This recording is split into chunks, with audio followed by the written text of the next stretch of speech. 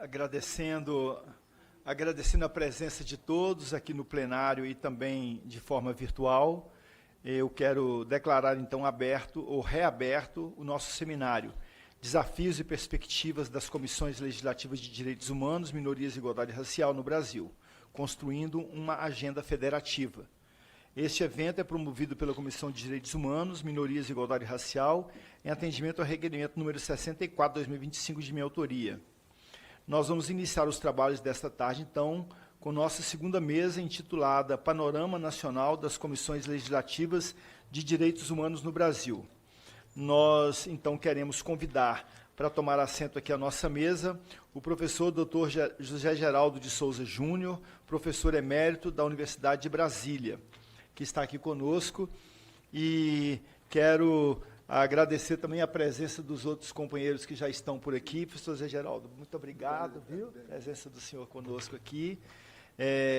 Queremos já agradecer a presença também do deputado Renato Rosseno, agradecer também a presença da deputada Bela Gonçalves, Rosseno lá do Ceará, a Bela Gonçalves de Minas Gerais, a vereadora Selma França, nossa companheira de Sergipe, de Aracaju, né?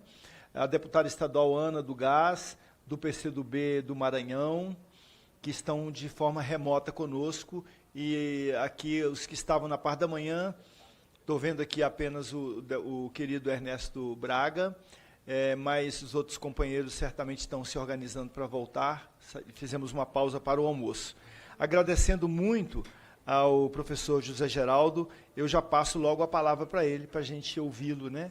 Dizer da alegria de tê-lo aqui conosco, né? E de termos a possibilidade de ouvi-lo e de também engrandecer daqui o nosso seminário. Muito obrigado, professor José Geraldo. Sim. Queria iniciar agradecendo ao deputado Raymond o convite, a oportunidade de estar nesta sessão. Vi pela justificação do requerimento o escopo de ampliar uma interlocução que é institucional, porque envolve as unidades legislativas federativas, né? Mas também porque na concepção contemporânea do processo legislativo ele se faz sob a perspectiva de uma interlocução contínua com a sociedade civil organizada. Essa reunião é uma demonstração disso, né?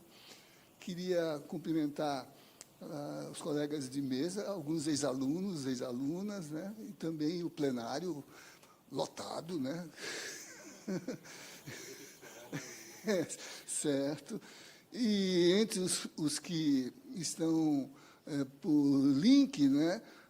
Cumprimentando todas e todas, mas muito em particular a deputada Bela, né, que eu conheço de muitos anos, né, antes, inclusive, dela se colocar nessa senda, mas com todo o estofo, né, de quem tinha muita qualidade. Exatamente. Né. Bem, eu, correndo o risco de repetir o que talvez já tenha sido colocado pela manhã, né? Eu queria celebrar com a presidência a motivação desta convocação e compartilhar um pouco o que tem sido, talvez o que justificou a minha vinda aqui, né?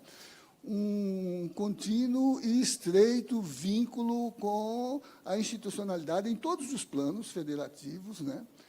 No executivo, no judiciário e também no legislativo, de uma configuração temática, né, que traduz o sentido muito próprio do nosso país, né, de ter feito o salto de cidadania, saindo daquela situação subalternizada de um social destituído de reconhecimento sobre o seu papel social, né?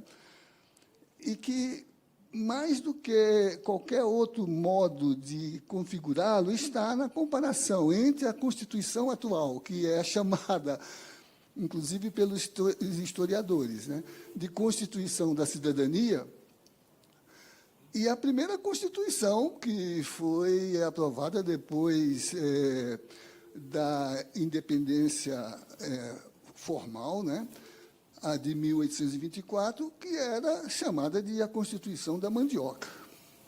Assim, por exemplo, o historiador José Murilo de Carvalho a designa, né, para distinguir, agora, um afluxo de participação sem precedentes. E lá, um sistema ainda censitário, colonial, né, em que a cidadania não era medida pela dignidade da subjetividade ativa da participação, porque o modelo censitário excluía dessa participação quem não tivesse renda, quem não fosse homem, quem não fosse branco, quem não fosse católico, quem não fosse proprietário, né? E, por conseguinte, isso significava retirar desse processo político tudo mais, a começar pelos trabalhadores. No sistema da Constituição de 1824, ainda que prestando homenagem à Declaração dos Direitos do Homem e do Cidadão, né, a Declaração Burguesa dos Direitos, né, o sistema de produção era escravocrata, então todo o trabalho era alienado do humano, e o escravo, pela filosofia, pela sociologia, pela teologia, não era pessoa humana, né? Servus persona non habet, né? Tanto que Aristóteles e depois Cícero vão dizer, lá nas suas lições de filosofia política, que o homem é um animal político, porque ele tem função na polis, mas os que não têm função na polis não se humanizam. Por exemplo, ele dizia, o escravo é uma ferramenta que fala, né? Então, eu queria contrapor essa distinção. São 200 anos em que o humano não estava inscrito no protagonismo dos sujeitos. Portanto, eu acho que um primeiro plano que a gente precisa construir como mediação inteligível, né, é que o humano não é um dado da biologia. Nós não nascemos humanos. O humano é uma experiência na história, nós nos tornamos humanos, né? Isso são os filósofos que dizem, mas aqueles que trabalham com a luta por emancipação do social sabem. O senhor assessor me dizia que o senhor vem de uma experiência de relacionamento com a população de rua, com o povo de rua, né? Nós sabemos que povo de rua, população de rua, dificilmente tem a condição do reconhecimento, são o que o Papa Francisco e agora o Leão XIV chamam de os descartáveis, né? São os que são desassistidos, são ainda os desalmados. Por isso que o Papa Francisco falava tanto em realmar, né? Porque era a leitura de que a dignidade do humano no teológico precisa se animar, né? Não basta que haja o sopro, né, na modelagem do barro, é preciso que o molde se faça humano na história, né, e, portanto, construir essa condição. Eu não vou entrar em detalhes, só vou dizer que comparem as duas constituições. Lá atrás, o trabalhador era escravo, não tinha dignidade nem humanidade reconhecida, era coisa. O regime jurídico era das coisas, se comprava, se vendia, se usava, se abusava, né? Hoje, a gente elege um trabalhador presidente da República, né? Olha o salto, né? As mulheres, né, já eram reconhecidas como titulares de ânima, ainda que, na Suma, se lermos Tomás de Aquino, apesar do argumento dele, sempre pelo absurdo, e por isso o justifique, né, mas ele não definia a mulher como pessoa, ele definia como um vaso de concupiscência.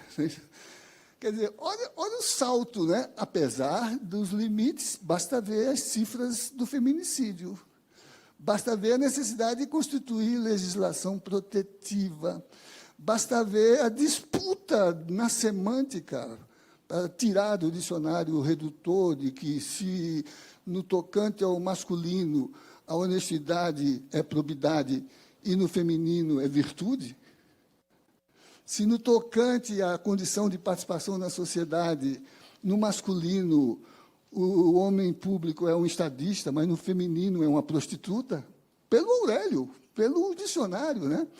Essa discussão não fica só na semântica, vai para a língua do direito, e se não fossem as feministas reagir ao redutor do senso comum, por exemplo, se pôr em confronto com o Código Penal, o tipo do rapto ainda estaria na legislação, tal como era definido, sequestro de mulher honesta para fins libidinosos, né? Então, isso é só para ilustrar o imenso salto que significa construir a cidadania. E ela, na experiência brasileira, é uma experiência de contracolonialidade, não é nem de decolonialidade, como querem os emancipatórios das teorias da libertação. É de contracolonialidade, como, por exemplo, lembra o quilombola Nego Bispo, quando discute o modo como se sai dessa condição de não lugar, de não gente, de não pessoa, de não constituído de ânima, para se tornar um agente transformador e político da vida comunitária e da vida social, né? Basta isso para ilustrar. Aliás, o Papa Leão XIV agora disse que reproduzia o ensino de Francisco para falar, ao adotar o nome, das coisas novíssimas e para continuar uma opção pastoral de integrar no humano do trabalho, né, aquilo que, por exemplo, a máquina moeu lá atrás, desde o filme do Chaplin, Tempos Modernos, e agora a plataformização o faz. Bom, para cumprir o meu tempo, fazendo este salto, eu queria dizer assim... Não está com tempo, não. Esse relógio está atrapalhado. É? Esse relógio está atrapalhado. Por isso que o Hegel dizia, né, vi o espírito do tempo a cavalo. Ele estava falando de Napoleão, né? E a gente agora é no digital, né? Então, eu queria dizer, essa luta toda, né, por exemplo, tem uma tradução muito importante quando esse social mobilizado, emergindo das exclusões, naquilo que é a tradução do protagonismo dos movimentos sociais, nas lutas por liberdade, nas lutas por dignidade, nas lutas por solidariedade, por fraternidade, né? Conseguiu incidir na institucionalidade e recuperá-la, pelo menos no horizonte do projeto de sociedade. Não significa que isso seja feito realmente. Às vezes, até eu desconfio da possibilidade dessa realização no contemporâneo. Eu, quando vejo, por exemplo, derrubar os vetos do processo que discute a questão da natureza, eu me pergunto se essa racionalidade alcançou todas as instituições, né? Mas penso, por exemplo, que o parlamento brasileiro reagiu muito adequadamente, muito compativelmente com essa mobilização do social, por exemplo, quando ali em 88 se pretendia renovar o espírito subalternizador do colonialismo ainda existente, no elitismo que Victor Nunes chamava de coronelismo, enxada e voto, né? Ou que Raimundo Faoro chama de benesses dos donos do poder, né? A mobilização do social arrebatou do processo constituinte uma possibilidade política real de construir no projeto social as instituições que o realizem de forma interligada, interconexada com os movimentos sociais em protagonismo por seus sujeitos de direito, né? Seus sujeitos coletivos de direito, né?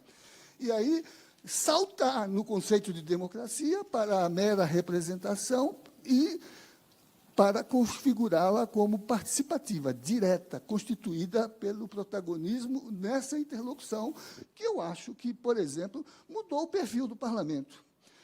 Não é mais um momento deliberativo no plenário, é um momento constituído pelo diálogo, nas comissões, quando se diz assim, os deputados, e no processo todo, né? Numa horizontalidade sem precedentes, que, se não obtém resultados imediatos, porque o processo político é tenso e é problemático, é sem garantias, né, gera agendas importantes para o horizonte de uma sociedade que luta denodadamente por emancipação, né? Por autonomia, por capacidade de se fazer expressão civilizada da luta política, né?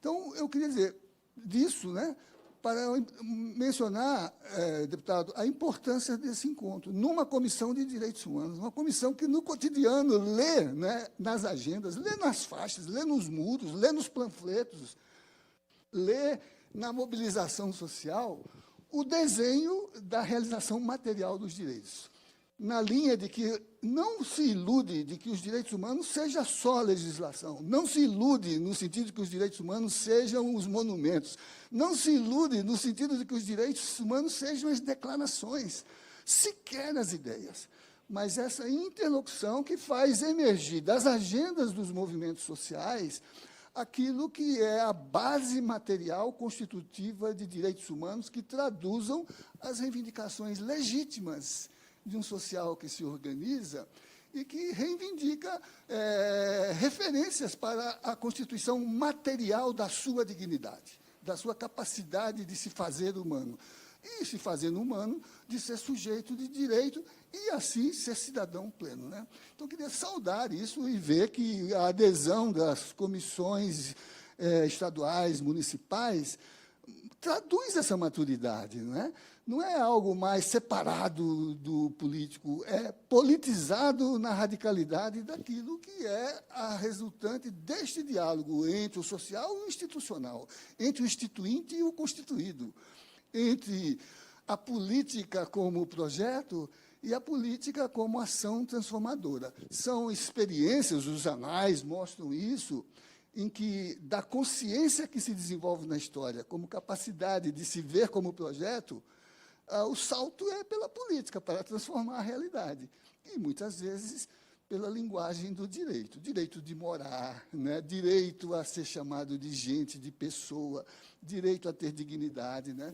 Tudo que constitui uma pauta muito relevante daquilo que é a história recente do parlamento, pelo menos desde 1988, na base do modelo que essa Constituição participativa, em que o poder emana do povo, que o exerce de forma direta, inclusive não os modos como a Constituição define, mas também nos modos como ela promete, né? Por isso que o parágrafo do artigo 5º diz que aquele elenco não exclui outros direitos.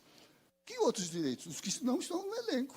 E quais são esses, diz o parágrafo? Os que derivam da natureza do regime, ou dos tratados que o Brasil celebra, que é o papel das comissões. Fazer a leitura desses enunciados nesse processo ainda em aberto, problemático, criativo, mas civilizatório. Então, eu queria dizer isso. Acho que já foi dito aqui por outros, né? Certamente será dito pela Bela, entre os outros que vão se apresentar, né?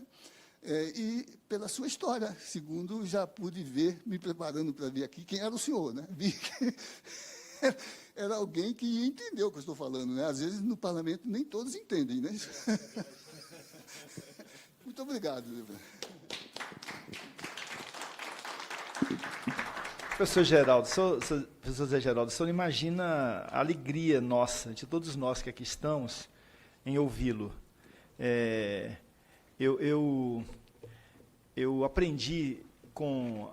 Aí quero trazer um pouco o aprendizado de alguns mestres que tive, com a população em situação de rua, que o mais importante não é nem um código, ou uma lei, ou um código de leis. O mais importante é o processo. É o que se dá no dia a dia, porque o que é hoje pode não ser amanhã, né? E o que fizemos hoje, mesmo que amanhã não seja mais isso, mas o que fizemos hoje, ele acumula para que a gente descubra o que é o amanhã. Então, esse processo. Quando o senhor falava, o senhor citou o Papa Francisco, eu queria trazer aqui uma leitura que estou fazendo, deste teólogo coreano, né, o Monsung. Né, ele diz assim, né, o Papa Francisco, em sua crítica antropológica citada anteriormente, afirma a necessidade de se olhar para a grave carência de uma orientação antropológica que reduz o ser humano apenas a uma das suas necessidades, o consumo. Pressupõe o tema do trabalho. Em um discurso aos participantes do Encontro Mundial de Movimentos Populares, em 28 de outubro de 2014, ele afirmou que o amor pelos pobres está no centro do Evangelho e que terra, teto e trabalho, isso pelo qual vocês lutam, são direitos sagrados. Que o Mossung faz exatamente essa distinção entre o sagrado e o santo, nesse livro dele. E aí ele fala também, que está muito também presente na fala do senhor, e na fala da nossa manhã aqui, a questão do que a gente chama também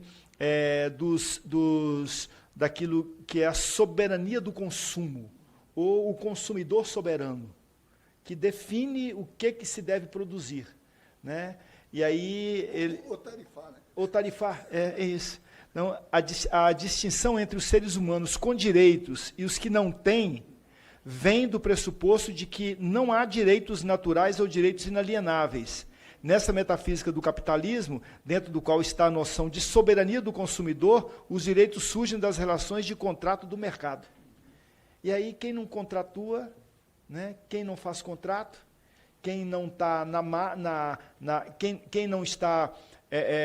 quem não está no centro, portanto está na margem, está na periferia, não contratuou, e se não contratuou, perde direito. Né? Então, esta é uma relação importante que a gente tem. Mas nós vamos ouvir, então, aqui, a deputada Bela está aí conosco? A deputada Bela está conosco? Consegui liberar o áudio. Estou sim, Raimundo. Tudo bem? Ô, Bela, você foi citada várias vezes aqui já hoje, de manhã, e agora pelo professor José Geraldo também. É um grande amigo. Estamos abrindo aí o microfone para você. Agradecer a você, se eu quiser se dirigir a ela, professor, também. Não, Bela, só para lhe cumprimentar, né? Eu já tinha visto sua presença no hall de depoimentos aqui, né? Mas a alegria é imensa de vê-la e, como parlamentar, ver que você mantém fidelidade a ao seu compromisso ético na sua formação, né? Que bom lhe ver, viu? Que alegria, gente. O Zé Geraldo é um grande amigo que eu conheci quando eu era bem novinha, há muitos anos atrás, mais de 15 anos atrás, e era uma referência do chamado direito achado na rua, discussão sobre os direitos humanos, e a luta por direitos humanos não estar nos gabinetes, nem muito menos só no parlamento, nas constituintes, mas na rua, na luta direta com as pessoas, na construção de políticas públicas, a partir do poder popular. Então, Zé, obrigada pela referência que você fez. Queria também agradecer e cumprimentar o deputado Raimon, que é um mineiro. Tivemos a oportunidade de estar juntos em uma audiência pública da Quilombola, Comissão Federal aqui em Minas Gerais para discutir o direito quilombola. Fiquei muito feliz de saber que é um deputado mineiro, há muitos anos, radicado no Rio de Janeiro, né? Isso mesmo.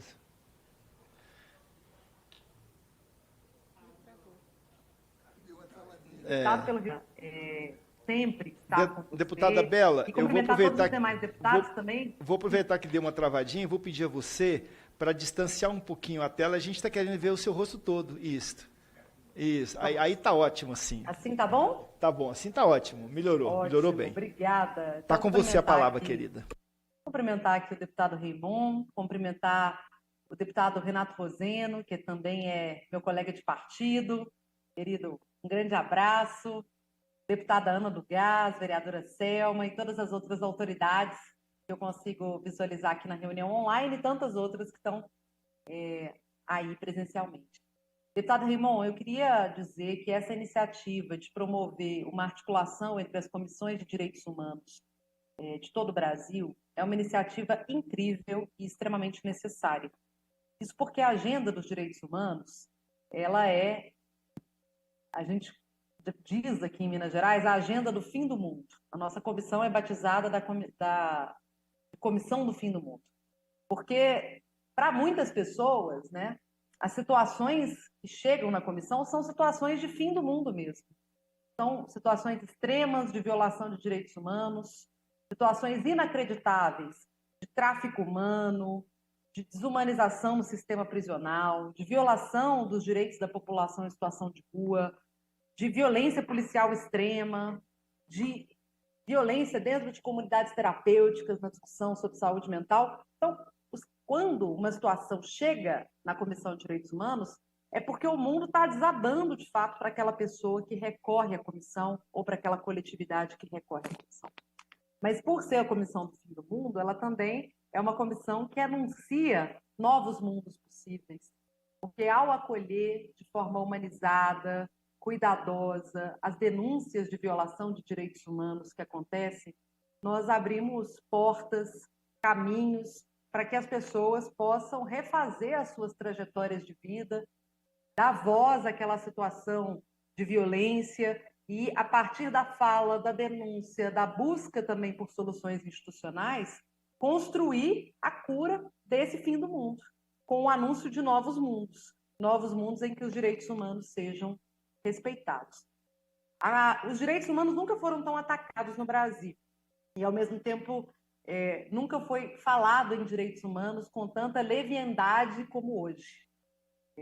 A gente foi batizado de defensores de direitos dos humanos, pessoas que faziam a defesa de bandidos, deputados que faziam a defesa daqueles que não deveriam ser defendidos, que deveriam ser exterminados pela sociedade. Durante muito tempo, a comissão sofreu esse tipo de ataque.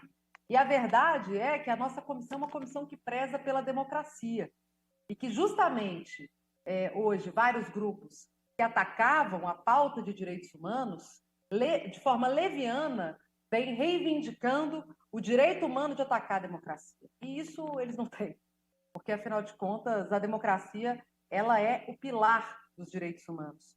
Então, hoje nós temos, Bolsonaro preso, cumprindo a sua pena, tendo todas as suas prerrogativas de defesa, de garantia de direitos no sistema penal, mas cumprindo a sua pena. E muitas vezes, a gente vê, por exemplo, o filho do Bolsonaro, que já defendeu a extinção da saidinha de Natal e que votou, inclusive, contra a saidinha de Natal, achando um absurdo, porque disse que ficou 2 dias sem contactar o pai. Na verdade, o que a gente percebe é que essas pessoas acham que para o andar de cima, para empresários do setor financeiro e para políticos, vale a blindagem, enquanto para a população pobre e população negra, o sistema penal brasileiro precisa atuar com a máxima impiedade e crueldade. Então, essa agenda de direitos humanos ela é uma agenda que vai buscar construir condições de equidade. A gente quer que as prerrogativas legais que valham para uma pessoa morador de uma periferia, de uma favela, também valha para uma pessoa que está hoje na Faria Lima. O problema é que o sistema penal brasileiro ele protege aqueles que cometem crimes e financiam o crime organizado que estão na Faria Lima e pune apenas aqueles que estão no andar de baixo. A agenda dos direitos humanos, então, ela é uma agenda para denunciar essas realidades, denunciar esse tratamento desigual que o Estado, o sistema de justiça dão para as diferentes pessoas e produzir aqui justiça social. A Comissão de Direitos Humanos aqui da Assembleia Legislativa de Minas é uma comissão cruzada por em diversas causas, que eu acho que são muito importantes de serem compartilhadas. Uma delas, e que eu acredito que é comum às demais presidências, é a discussão sobre, de fato, o sistema penal. Uma DPF protocolada pelo nosso partido, Renato, PSOL, conseguiu levar à conclusão de que a gente tem hoje um Estado absolutamente antidemocrático de direitos, uma ausência do Estado democrático de direitos nas prisões brasileiras, com superlotação, ocorrência de tortura, entre diversos outros problemas e violações de direitos. Então, o STF determina a construção de um plano que é o Pena Justa, né? Um plano para que as pessoas possam cumprir a sua pena, tendo seus direitos resguardados. A comissão aqui teve o trabalho de pressionar o Estado, não apenas a produzir o comitê e as indicações, né, para o Pena Justa Nacional, de medidas a serem adotadas pelo Estado de Minas Gerais, mas também de promover a participação popular, que estava sendo negligenciada pelo Estado. Então, produzimos um grande seminário que envolveu familiares de pessoas em privação de liberdade, os conselhos da comunidade, que são instrumentos super importantes de análise e fiscalização do sistema penal a partir de familiares e sistemas locais. A gente conseguiu elaborar um processo de participação, divulgou para muitas pessoas a possibilidade de enviar relatórios para o STF, e de fato foi construído e aprovado com ressalvas um plano Pena Justa de Minas Gerais, que agora, para se efetivar, vai precisar de orçamento. Eu acho que, do ponto de vista da Comissão de Direitos Humanos Federal, essa é uma das pautas centrais para a gente articular os estados. Onde que aconteceu, de fato, a elaboração de um plano de políticas penais para o enfrentamento ao Estado inconstitucional de direitos? Quais estados conseguiram entregar? Como que essas metas vão sendo acompanhadas? Esse é um trabalho essencial que eu acho que a Comissão Federal tem a construir em articulação conosco, deputados estaduais, presidentes das comissões estaduais. Outro tema que eu acho muito importante tratar, deputado Renato Rosendo, deputado Raimon, é o tema da população em situação de rua. A gente assistiu ontem no Fantástico o retrato do que tem sido o desmonte da construção de políticas socioassistenciais de inclusão das pessoas em situação de rua. Na ausência de medidas que promovam moradia, trabalho, acolhimento para as pessoas em situação de rua, muitas prefeituras vêm descumprindo, inclusive, a determinação do ministro Alexandre de Moraes na ADPF 976, que trata dos direitos da população em situação de rua, e tem promovido o recolhimento de pertences, internação compulsória em comunidades terapêuticas, que de terapêuticas muitas vezes não tem nada, porque não são acompanhadas por profissionais de saúde, e sim por instituições religiosas ou outros tipos de instituições, que tem promovido a remoção forçada dos moradores, das pessoas em situação de rua para outras cidades. Esse é outro tema central que eu acredito que a Comissão Federal pode articular com as comissões locais para que a gente regulamente fiscalize o cumprimento dessas medidas. E vi que meu tempo está se esgotando. Para terminar, eu não posso deixar de citar que aqui, na Comissão de Direitos Humanos da Assembleia Legislativa, o tema mais quente é a mineração e o impacto da mineração nas populações locais. Estive recentemente com o deputado Renato Rosendo, no Ceará, estado que também tem sofrido muito com a mineração de lítio e as chamadas terras raras, e eu posso afirmar que o rompimento das barragens de Mariana, de Brumadinho, o avanço da mineração predatória nos territórios, tem sido uma das formas mais violentas de violação de direitos humanos que a gente tem vivenciado aqui no estado. Então, também espaços de articulação sobre isso são muito bem-vindos. Coloco aí o meu mandato sempre à disposição para articular essa luta que é de todos nós em defesa dos direitos humanos. Então, obrigada pelo espaço e continuo aqui para escutar os meus colegas.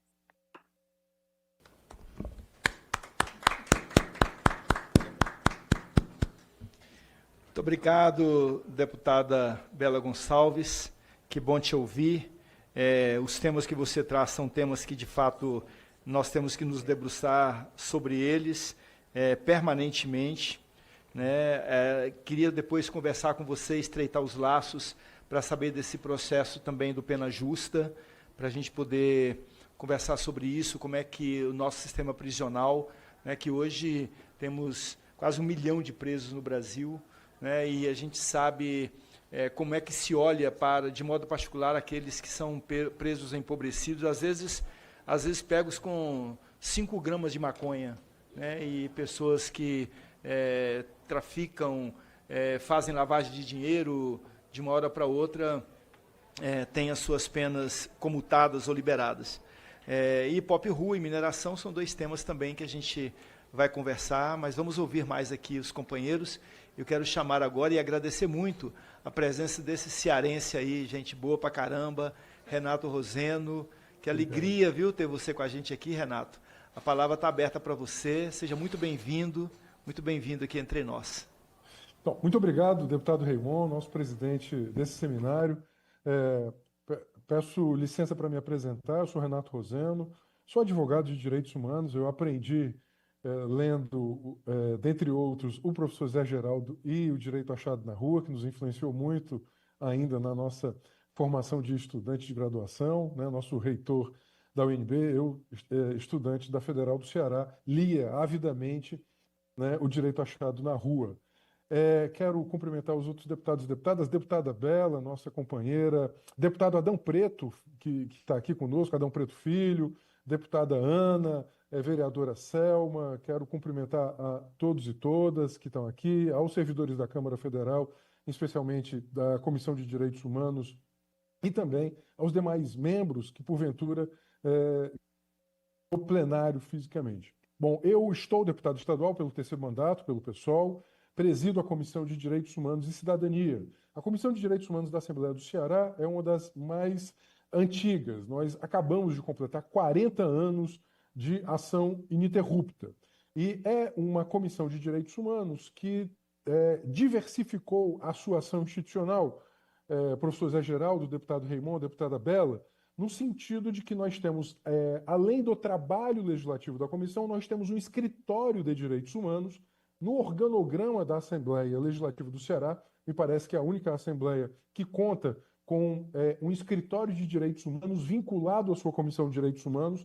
Nós atendemos no ano passado em conflitos de terra e território, populações de comunidades tradicionais, direito à terra urbana e direito à cidade, casos de violações por violência institucional, violência estatal, sistema penal. Nós chegamos a 62 mil famílias a partir da advocacia de direitos humanos. E também na nossa Comissão de Direitos Humanos, funcionando ao lado da Comissão de Direitos Humanos, nós temos um Comitê de Prevenção à Violência, que é um núcleo com pesquisadores dedicados exclusivamente dentro do parlamento para a produção de evidências sobre a letalidade juvenil na segunda década de vida de 10 a 19 anos. E eu quero começar nesse diálogo com a Comissão Federal de Direitos Humanos, da Câmara Federal, fazendo, obviamente, algumas reflexões. Bom, como dizia o saudoso embaixador Lidgren Alves, é necessário salvar os direitos humanos, porque nós estamos vendo uma dupla ofensiva que destitui a humanidade de direitos. Por um lado, nós temos uma agenda ultra-neoliberal que ela faz recuar a proteção social ao trabalho, as políticas sociais, os direitos de segunda dimensão ou segunda geração, como quer que se queira, por um lado, pela mercantilização de tudo, pela precarização do trabalho, a flexibilização das relações de trabalho e também pela financiarização das economias nacionais. Isso tem aprofundado, portanto, a miséria, tem aprofundado a pobreza.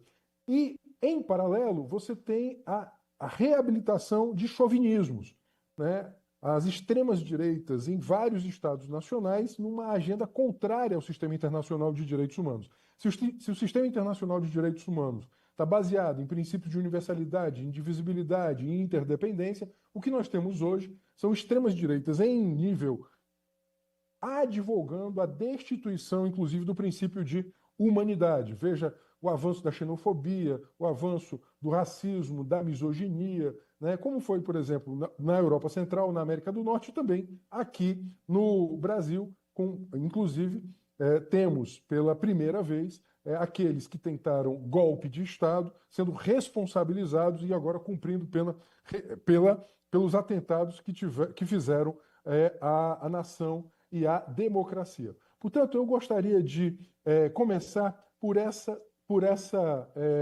esse vaticínio do professor Lidgren, do embaixador Lidgren Alves. É hoje, talvez, a maior tarefa de todos nós que militamos no campo dos direitos humanos sejam as salvaguardas democráticas contra o os autoritarismos, os populismos autoritários, os fascismos e neofascismos, porque eles são destrutivos para a gramática dos direitos humanos. Se a gramática dos direitos humanos ela deve conjugar, reconhecer, promover e garantir, o que eles estão atacando é, sobretudo, a possibilidade de reconhecimento. E no Brasil, há 4 pilares. Eu quero começar falando muito especialmente do pilar da segurança pública. Uma boa parte, né, das periferias urbanas do Brasil é atravessada por conflitos armados, por organizações armadas que se nacionalizaram. É necessário compreender que a nossa defesa é uma defesa de que o direito à segurança é também um direito humano e deve se pautar pela observância, né, dos princípios de dignidade, de democracia, do Estado democrático de direito. Isso é muito importante para a disputa política global.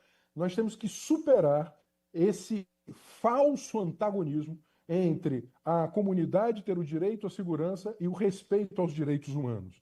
Na verdade, o direito humano à segurança, ele é fruto da segurança de todos os outros direitos.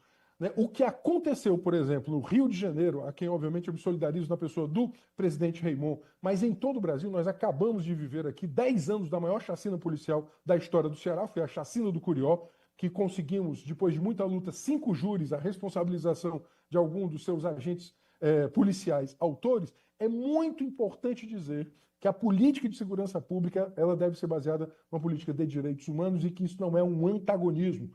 A mãe que tem um filho adolescente de 16 anos, que tem medo do filho ser capturado por uma organização armada, recrutado por uma facção, ou que tem medo dele ser vítima de violência de Estado, essa mãe deve saber que encontra em nós a melhor salvaguarda na comunidade de direitos humanos. Me parece que essa é uma agenda fundamental, porque na ausência desta agenda, a extrema-direita crescerá com a sua agenda neofascistizante, com a sua agenda contrária a direitos humanos. Para isso é muito importante, inclusive, dialogar com as corporações de segurança pública. Eu tenho feito muito isso. Deputado Raymond, deputada Bela, professor Zé Geraldo. Eu tenho trazido os agentes policiais para uma agenda dos direitos humanos também de policiais. Isso para nós é muito importante. Ainda neste campo da segurança pública, eu quero reforçar as palavras da deputada Bela relativas ao sistema penal. Ele é absolutamente contraprodutivo hoje, produtor de inúmeras violências. Mas uma segunda sugestão para a agenda, deputado Raymond, é a de conflitos socioambientais.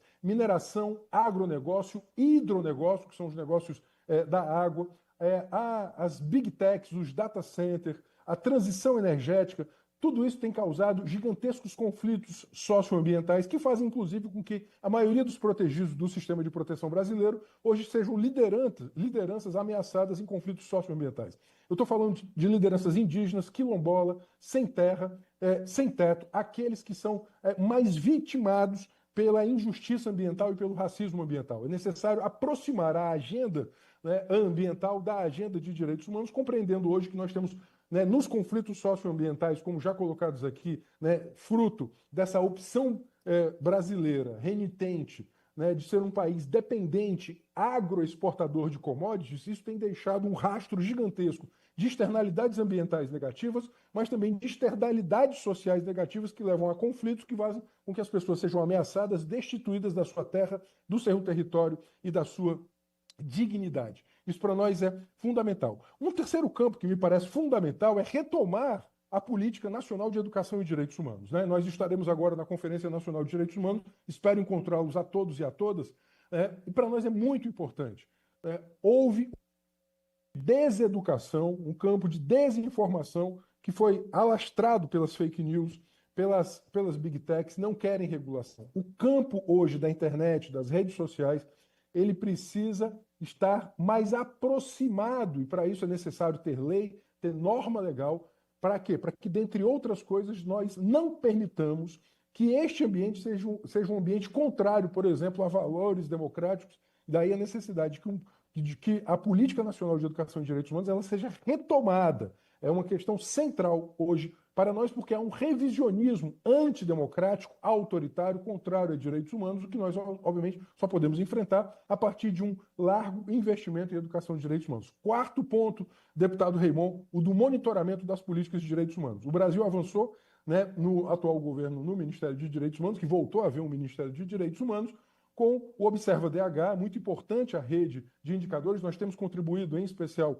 né, nós temos um acordo de cooperação técnica da Assembleia do Ceará com o Ministério de Direitos Humanos, onde nós estamos transferindo, inclusive, tecnologias que nós desenvolvemos de evidências sobre letalidade juvenil de 10 a 19 anos. Temos contribuído para isso, para uma rede de observatórios de evidências em direitos humanos. Isso tem que ser mais palpável, isso tem que ser, né, cada vez mais capilarizado. As lideranças comunitárias nos territórios urbanos e rurais precisam, sobretudo, se fazer presente nesta elaboração de evidências. O campo da saúde tem muito a nos ensinar. A vigilância popular em saúde, ela tem muito a nos ensinar para uma vigilância popular em direitos humanos.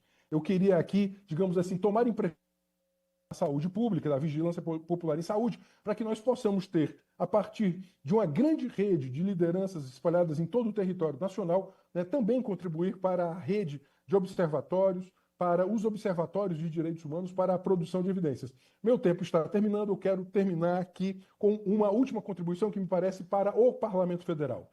O imperialismo, né, no sentido mais clássico do que é o imperialismo, né, tenta, obviamente, destruir o multilateralismo. Uma das expressões do multilateralismo, presidente Raymond, foi o Sistema Internacional de Direitos Humanos, fundado em 1948, e os sistemas regionais de direitos humanos. Eu, por exemplo, litiguei no Sistema Interamericano de Direitos Humanos. O que nós estamos vendo é um ataque frontal da nação mais rica do mundo ao multilateralismo e ao Sistema Internacional de Direitos Humanos. Eu quero dizer que é fundamental defender e fortalecer o Sistema Interamericano de Direitos Humanos e o sistema global, e o Brasil tem uma importância nisso, né, se passar a ser um exemplar cumpridor das convenções e tratados em matéria de direitos humanos que ele próprio assinou e que esta casa, né, ajudou, né, a ratificar, porque é tarefa do Congresso Brasileiro fazer a ratificação dos tratados internacionais. Portanto, eu queria aqui, muito especialmente, sugerir esse quinto ponto, que é da nossa agenda internacional, né, em especial do Sistema Interamericano, mas muito especialmente, deputado Raymond, né, o monitoramento das sentenças da Corte Interamericana. E termino aqui, hoje é 1º de dezembro, é o Dia Mundial da Prevenção ao HIV. Eu quero deixar aqui a minha solidariedade a todos atravessados pela epidemia. Temos uma agenda muito forte da Comissão de Direitos Humanos com as pessoas vivendo com HIV e AIDS. Ainda temos uma agenda a ser retomada, porque a agenda foi destruída por preconceito ainda, e o preconceito continua sendo muito importante. Então, eu quero finalizar essa minha fala fazendo esse meu registro de solidariedade e de apoio, né, a todas as pessoas. Lembrar que por muitos 1º de dezembro estivemos nas ruas, lembrando, lutando contra o preconceito. E, para dizer que não falei das flores, eu sou da terra de Frei Tito de Alencar, um dos nossos mártires da ditadura, perdeu a vida porque lutou pela democracia. Até hoje, os responsáveis não foram ao banco dos réus. É um alento saber que depois de 9 tentativas, consumadas ou não, de golpes de Estado do século XX, o Brasil colocou no banco dos réus aqueles que atentaram contra a sua democracia. Viva a luta dos direitos humanos, ditadura nunca mais, democracia sempre. Muito obrigado. Eu devolvo a palavra a Vossa Excelência. Muito obrigado, deputado Renato. Que alegria. Semana que vem vamos nos encontrar, viu? Aqui em Brasília, na nossa Conferência Nacional de Direitos Humanos, lembrando que estava estagnado esse processo. Aliás, eles não gostam de processo, né? Eles gostam de ditar normas. Por isso, a gente tem que sempre ter hasteada essa bandeira que ditadura nunca mais, democracia sempre. Eu quero lhe dizer também, deputado Renato, até pelo seu comentário, que a nossa Comissão de Direitos Humanos esteve na ONU, em Genebra, e conversamos com a representação das sanções unilaterais aos nossos brasileiros que moram nos Estados Unidos. Tivemos lá reunido e levamos um relatório. Também dizer a você que nós estamos preparando aqui um relatório da Comissão de Direitos Humanos, e esse relatório nós estamos carregando à mão na chacina do Complexo da Penha do Alemão, que é a chacina com o maior número de vítimas do Brasil até hoje. A última era a chacina do Carandiru, com 111 mortos, e nós temos no Rio de Janeiro agora uma chacina com mais de 130 mortos. Nós estamos fazendo esses movimentos para também levar da Comissão de Direitos Humanos, levar esses documentos às cortes internacionais. e na parte da manhã aqui a gente tirou que nós vamos continuar conversando, entendendo até na perspectiva do processo de que hoje é um primeiro encontro, mas que nós continuemos a falar sobre direitos humanos de maneira federativa, né, com as nossas unidades, com as câmaras de vereadores, com as assembleias legislativas, com as secretarias de direitos humanos, que de fato entendem a lógica dos direitos humanos nessa perspectiva, para a gente poder, quem sabe, inclusive, esse relatório que a gente entrega à ONU, a gente o entregue não apenas pela Câmara dos Deputados, mas produzido pela Câmara dos Deputados, mas, de certa forma, abraçado pelas comissões de direitos humanos que têm alinhamento com essa nossa luta. Então, a gente vai voltar a conversar, e semana que vem vamos nos encontrar, estreitaremos esses laços aí, é uma alegria te ter aqui conosco. Nós vamos ouvir agora a vereadora ou a deputada? Vereadora Selma, a senhora pode abrir a sua câmera, vamos ver se dá? Senão a gente vai para a deputada e depois volta com a senhora. Eu vou, então, para a deputada Ana do Gás, do PCdoB do Maranhão, para que ela possa se dirigir a nós. Ela preside a Comissão de Defesa dos Direitos Humanos e das Minorias da Assembleia Legislativa do Estado do Maranhão. Deputada Ana, que prazer ter a senhora conosco. Muito obrigado, viu? Palavra aberta para a senhora, microfone aberto. A dona, a rede não está funcionando com ela, mas pode ser que na tentativa de ligar o microfone ela tenha feito outra ação. Vamos aguardar que ela entre aqui. Vereadora Selma, a senhora nos escuta?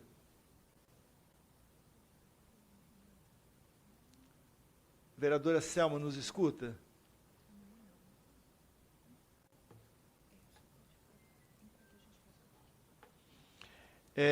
Deputada Ana do Gás está voltando. Deputado Adão Preto está aí, não? Caiu também, né? O deputado Adão Preto, inclusive, nós estamos aqui no plenário que é dedicado ao pai, né? Ao deputado Adão Preto, símbolo da luta pela reforma agrária e justiça social, que foi membro da nossa Comissão de Direitos Humanos, foi membro aqui, né? E uma pessoa muito lembrada aqui na nossa luta. Vamos ver quem é que está disponível aí para falar conosco. O Alisson Ribeiro, CDHC. Alisson. Essa história de remoto é assim mesmo, né, gente? De vez em quando dá, de vez em quando não dá. Oi, Alisson. Abre sua... Está com a câmera aberta. Consegue me ouvir? Estamos te ouvindo. Então, boa tarde a todos e a todos. Salve aqui o presidente da Comissão de Direitos Humanos e Minorias da Câmara dos Deputados, o deputado Raimon. Falo em nome do deputado professor Lemos, que é presidente da Comissão de Direitos Humanos na Assembleia Legislativa do Paraná. Represento ele hoje aqui, ele não pôde estar presente, pois nesse exato momento está tendo sessão plenária aqui na Assembleia. Mas, de qualquer forma, o deputado... Eu vou pedir a você para colocar o microfone um pouquinho mais perto da sua boca, pode ser? Vamos ver? Aproxime um pouquinho mais. Consegue me ouvir melhor? É porque tá um eco, tá uma coisa meio abafado. É que acho que aqui deve ser o fone. Você está com fone ou sem fone? Com fone. Tira o fone, vamos ver se é telefone que você está, não? Consegue me ouvir melhor? Agora fica bom, olha só. Agora tá bom. Pois é, na hora que estava bom, né? Mas é assim, né, gente? Quando tá bom, piora, né? Mas vai voltar, é só a gente aguardar um pouquinho. Nós estamos aguardando o Alisson, é isso mesmo. A hora que ele acertou o som, a coisa caiu. Mas eu quero aqui, enquanto ele não chega, dizer ao professor José Geraldo também que, durante as falas, se eu quiser ir comentando também, fica à vontade. O Rosseno trouxe aqui uns temas interessantíssimos, né? Ele falou da agenda ultraliberal, ele falou da nossa tarefa, que é a salvaguarda, né, da democracia, dos princípios democráticos. né, a salvaguarda daquilo que a gente considera como perspectiva de construção, construção humanitária, né, construção de marcos humanitários. Alisson, você voltou? Sim, voltei. Agora estão ouvindo melhor? O seu som é o melhor que eu já ouvi na minha vida. Está uma maravilha agora. Obrigado. Então, eu vou começar novamente. Eu desejo uma boa tarde a todos e a todas presentes. Sou Alisson, sou da Comissão de Direitos Humanos aqui da Assembleia Legislativa do Paraná. Estou representando o deputado professor Lemos, que não pôde estar presente por conta da sessão plenária aqui no Estado, que está acontecendo nesse exato momento. Mas, de qualquer forma, o deputado deixa uma saudação a todos e a todas, coloca também o mandato do deputado, a Comissão de Direitos Humanos aqui do Estado, à disposição no que a gente puder contribuir.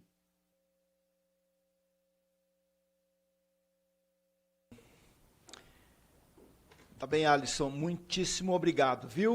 O deputado professor Lemos está em sessão nesse momento, né? É nosso presidente do PT do Paraná? Do diretório, não? Não, é o deputado Arilson, que é o presidente. É Arilson, é verdade, confundi aqui, tá certo. Tá bem. Seja muito bem-vindo, então, à Câmara, à Assembleia do Paraná. Deixe nosso abraço aí aos companheiros e companheiras. Obrigado.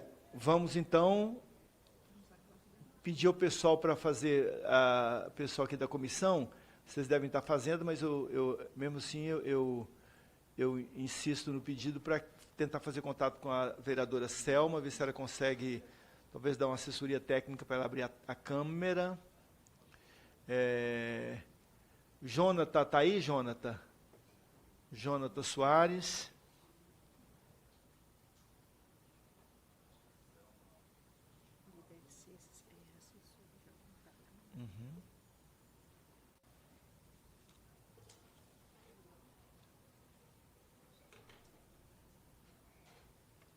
Jonathan abriu lá. Olá, boa tarde. Oi, Jonathan. Boa tarde, eu me chamo Jonathan Soares, eu faço parte de um mandato coletivo aqui em São Luís do Maranhão. Estamos na presidência da Comissão de Direitos Humanos da Câmara Municipal de São Luís.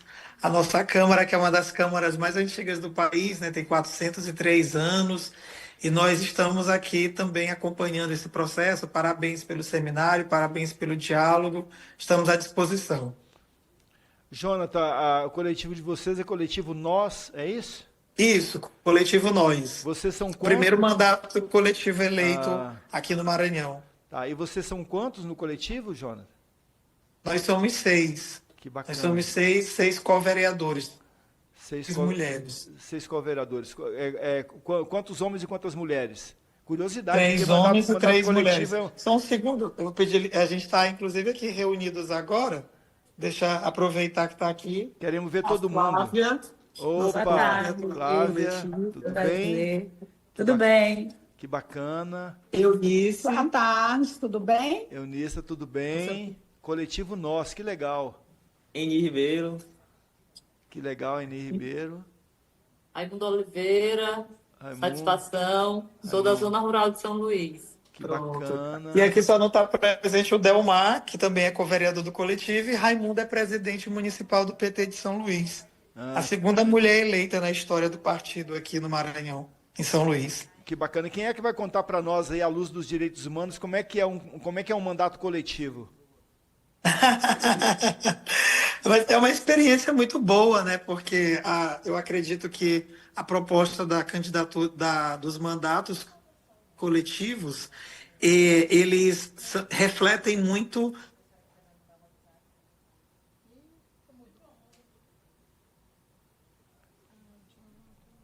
Ficou mudo o seu microfone, Jonathan. Jonathan, não... A nossa ideia, nós quando pensávamos a oscilação de internet, do sinal. Estamos te ouvindo agora. Você está me ouvindo? Sim, bem. Pronto, ótimo. Eu acho que deve estar tendo oscilação da internet, porque aqui, como é um casarão histórico, às vezes o sinal fica muito ruim. Mas nós acreditamos na proposta da coletividade, muito à luz das nossas experiências, das nossas vivências nos movimentos sociais e na defesa dos direitos humanos. Então, quando nós pensamos na composição, na concepção da candidatura coletiva, para nós era muito importante a questão das questões de gênero. Poderiam ter mais mulheres, mas nunca mais homens. E então nós somos 3 homens, 3 mulheres. Tem pessoas LGBTs, tem gente da zona rural, moradores de periferia, artistas, tem professores do movimento negro, movimento de mulheres negras, movimento de criança e adolescente, ex-conselheiros tutelares. Então é um mandato que reflete muito a luta dos direitos humanos, da defesa intransigente pela vida, pela justiça social. Então, o nosso mandato, né, a nossa experiência do coletivo Nós, tem 13 bandeiras prioritárias, né, 13 diretrizes prioritárias, que são marcadamente as diretrizes da defesa dos direitos humanos. É, desde a política de educação, da saúde, mas do direito das mulheres, da população negra, das pessoas LGBTs e pessoas com deficiência, da zona rural, a luta por uma. Aqui é muita. A gente está, por exemplo, nesse momento discutindo na cidade a questão do zoneamento. Então, como é que a gente consegue discutir? E aí, tão em alta discussões climáticas, como que a gente consegue pensar uma proposta de cidade que consiga corresponder às necessidades de todo mundo, né? Mas, sobretudo, das pessoas em comunidades mais vulneráveis, das pessoas da zona rural. Então, eu acho que é um pouco disso. Que bacana. Eu estou entusiasmado de saber que tem um coletivo de vereadoras e vereadores, né? 6 pessoas que nessa diversidade fazem acontecer a luta dos direitos humanos nas diversas pautas, diversas bandeiras. A bandeira dos direitos humanos é uma bandeira multifacetada sempre, né? Sim. Porque a gente, num país de tanta negação de direitos, ainda de tantas desigualdades, onde ainda convivemos fortemente com o racismo, né? Na fala do professor Geraldo, eu me lembrava aqui da época, sabe, Jonathan, da época em que, se não é verdade, é uma história bem contada, né? Que no batismo feito em alto mar dos escravizados africanos, o questionamento sobre a existência ou não da alma, né? Se tens alma, eu te batizo. Né? E essa realidade dá a impressão de que ela estava lá no século XVI, mas que ela ainda persiste hoje, né? Quando você tem a pessoa que é a não pessoa, que está no não lugar, que está, na verdade, na perspectiva dos matáveis, dos excluídos, daqueles que não têm direito a ocupar os espaços comuns de uma cidade. Então, que bom que a gente está conversando com vocês aqui.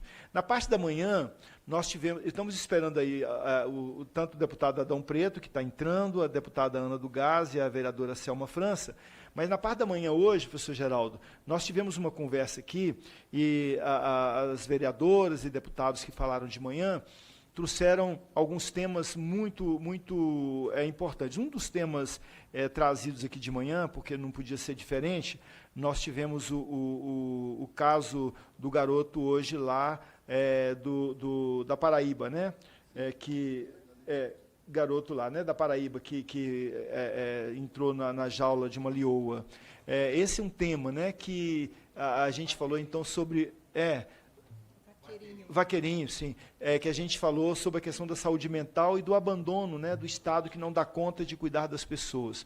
A Sandra, né, coordenadora de políticas afirmativas lá de Goiânia, ela trouxe esse tema também, né, Sônia? Como é que a gente descuida das pessoas e depois a gente não consegue segurar, né, consegue aliviar os problemas. Esse é um tema. Outro tema que apareceu muito de manhã foi a questão da população em situação de rua, né, porque nós tivemos ontem uma matéria grande no Fantástico que trouxe a questão de Divinópolis, em Minas Gerais, trouxe a questão de Florianópolis, e a gente acabou se debruçando um pouquinho sobre esse tema também. Então, eu estou aqui deixando, enquanto os nossos externos eles não se colocam, colocando aqui o microfone aberto. Professor Geraldo. A propósito do tema, eu integro a comissão, o grupo de análise de conjuntura da CNBB, conjuntura social. Há um outro grupo de conjuntura eclesial. o bispo de referência do nosso grupo é até do Maranhão, de Carolina, Dom Francisco Lima, né? Um sociólogo, aluno do Bourdieu. No documento que nós fizemos para a Assembleia sobre o resultado das últimas eleições, em que os jornais sempre trabalhavam a questão de quem ganhou, quem perdeu, né? A nossa análise foi feita mais na linha do que se realizou de novidade, né? E um dos elementos que a conjuntura permitiu ver como uma grande novidade foi a ampliação do número de mandatos coletivos, que, no pleito, né, lograram, vamos dizer assim, serem reconhecidos e eleitos, né? Exatamente por essa capacidade de ser um novo modo, né, de articular a representação direta do social nessa experiência, né, e de poder levar diretamente as agendas a partir do que eles representam em termos de seu tema de unificação, né? A gente ali percebeu pelos representantes que há um recorte, né, pelo próprio nome, que é o que marca muitos movimentos sociais. Sem nós, nada é efetivamente realizado, né?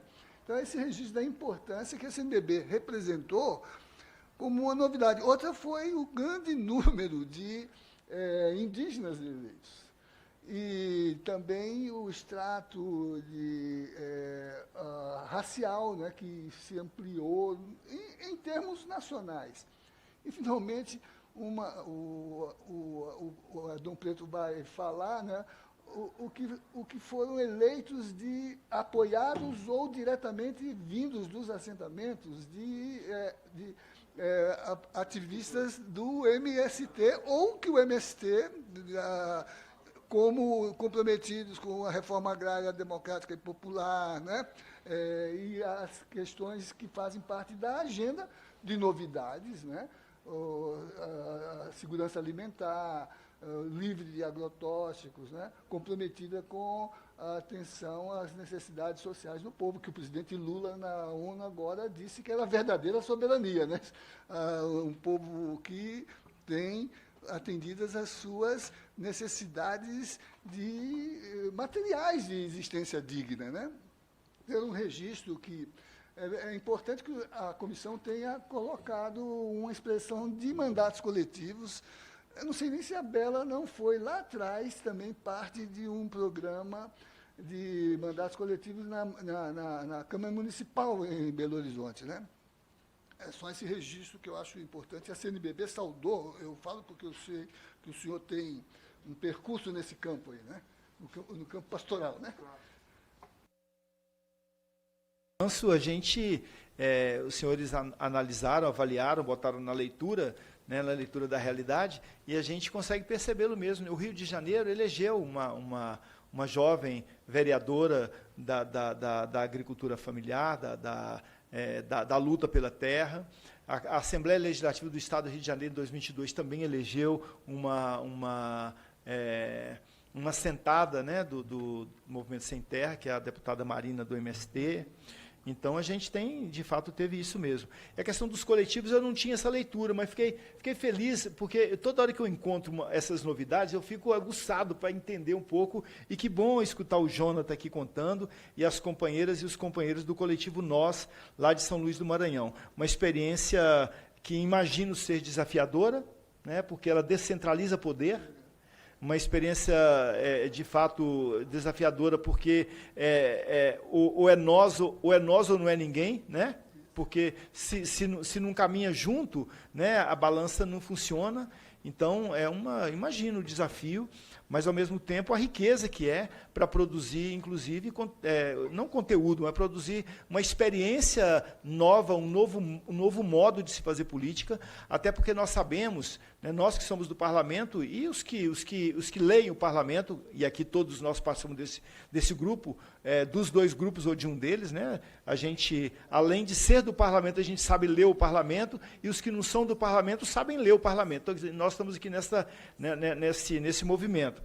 Nós sabemos que as mudanças, elas de fato não vêm do parlamento, né? ou a gente faz a leitura de que a gente precisa de se reorganizar na sociedade, que a gente precisa de dialogar com a sociedade, que a sociedade precisa produzir. Eu dizia na parte da manhã aqui hoje, eu falo com muita tristeza, aliás, às vezes eu falo até com vergonha, mas eu não posso deixar de falar porque seria negar a profecia. Né? A Câmara Federal, o Congresso Nacional, eu falo isso com tristeza, não falo com alegria. A Câmara Federal, ela está de costas para as necessidades do povo brasileiro.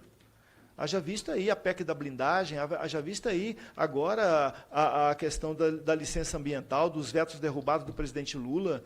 Né? Então, a gente sabe o que é a Câmara Federal. Agora, a gente não fala isso com tristeza, com alegria, né? Até porque nós que estamos aqui, que somos políticos, nós não somos políticos envergonhados. Eu sou um homem político, um homem de mandato, e tenho orgulho de sê-lo. Né? Pertenço a um partido político, defendo as bandeiras do meu partido, não tenho vergonha disso. Né? Eu anuncio isso de cima dos telhados, não tem problema.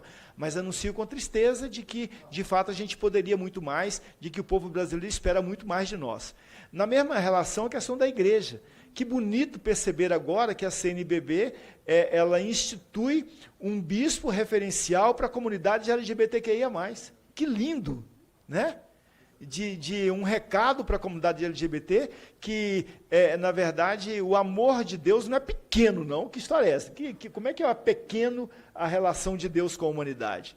E uma outra experiência que eu tive semana passada que me deixou muito satisfeito, mas muito satisfeito mesmo, eu estive no Mato Grosso, numa reunião com os Bororo. E nessa reunião foi lá na diocese de Rondonópolis. O bispo de Rondonópolis, Dom Maurício, esteve sentado conosco, sem dar uma palavra, e assim muito querido pelos indígenas, o dia inteiro participando do debate com a gente. Sentado lá no meio do povo. Sentado lá. A gente, às vezes, né, é classe política mesmo. Classe política, a classe política, muitas vezes, chega num debate, fica 2 minutos, só vim aqui, estou indo embora, só dá um alô, fazer um vídeo, né, vai embora. Às vezes, no clero também, o bispo fala, vim aqui dar uma benção para vocês errar menos, vamos dizer assim, né? Não, o Dom Maurício estava lá o dia inteiro participando conosco. Então, tem sinais, né, que eu acho que são sinais bonitos da nossa vida. Tem gente aí querendo falar conosco, né? O Aquiles, a gente, chegou alguém aí da internet? Não? Não, né? Tá bom. Mas Daniela, Sandra, vereador Guguinha, Ernesto, que participaram do debate da parte da manhã, está aberto ainda também o microfone, se quiserem usar da palavra. Sandra também, viu? Disposição. E a gente daqui a pouquinho vê como é que as pessoas entram, senão a gente vai fazendo os arremates. Daniela. Daniela, nossa vereadora da Câmara Municipal de Goiânia, presidente da Comissão de Direitos Humanos. A nossa Comissão de Direitos Humanos, dentro da Câmara de Vereadores no município de Goiânia, conforme eu até disse pela manhã, ela vem tentando se fortalecer de uma forma transversal com as outras comissões, principalmente porque, muitas das vezes, o que chega na comissão é mais políticas, ou, por exemplo, em sua maioria, da população LGBT, porque não tem uma comissão apropriada, então são mais para as comissões temáticas. E o que a gente vem buscando muito, porque aqui a gente vejo que as pautas é muito enquanto que a gente pode falar, principalmente de populações vulneráveis. Mas, presidente, eu venho solicitar também que a gente possa melhor conduzir, e até uma explanação de Vossa Excelência, de como que é dentro da Câmara Federal a Comissão de Direitos Humanos, enquanto município, o que a gente pode fazer, porque só fazer o combate de casos específicos me faz estar no enfrentamento diariamente com os meus colegas, que a Câmara é muito maior do que isso. Não é só fazer a propositura de projetos de leis após a nossa própria sociedade não ali cumprir. Então, eu sou muito, às vezes, talvez, mediatista, mas querendo, sim, que a gente tenha uma propositura de lei, mas que seja melhor conduzida pela comunidade, não só um mero papel. E este maior enfrentamento é o que a gente vem sempre buscando enquanto comissões temáticas. Muitas das vezes não chega, por exemplo, garantia de direitos humanos no que se refere à mulher, porque já tem uma comissão temática referente a isso. Da população com deficiência, porque a gente acaba tendo essas comissões.